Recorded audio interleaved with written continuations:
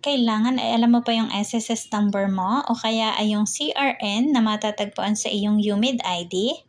Active pa ang iyong email address at mobile number na nakalink sa inyong SSS account. Kung hindi mo na matandaan ang inyong email address or mobile number na nakalink, mag-proceed ka na doon sa step 2, yung ikalawang way. Pero kung active at accessible pa rin ang iyong email at mobile number, try mo ang step na to. Mula sa Google search, hanapin mo ang SSS website, i-click mo ang portal at mula dito sa login page, i-click mo itong forgot password. And then for member, i-click natin ang member. And then mag-a-appear itong dalawang options, ang multi-factor authentications at security questions.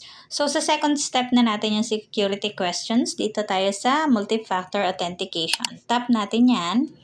And then tap arrow right. At dito sa portion na ito, dito natin nilalagay ang ating SSS number. O kaya ay yung CRN na makikita natin sa UMID card. I-enter mo lang siya dito at iwasan mong maglagay ng hyphen. So once na okay na, i-click mo ulit yung arrow right.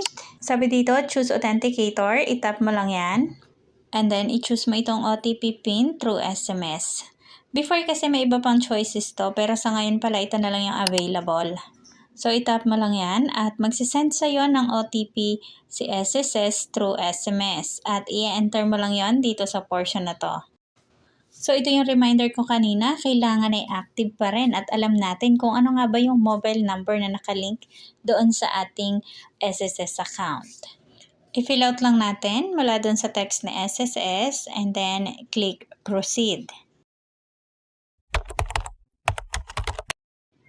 At dito sa step 3, na-detect niya nga yung ating user ID. So, kailangan daw nating mag-create ng ating new password. Ulitin mo lang to dito sa confirm box. Sa pag-create ng password, nire-record nila na kailangan it composed with big letter, small letter, numbers, and special character. At once na okay na, i-click mo lang ang arrow right. At mag-pop up itong question, are you sure? I-click mo lang ang yes. So, ito na yung result ng ating pag-reset ng ating account. Ngayon, back to login na. Pwede ka na mag-login using your user ID at ang inyong password.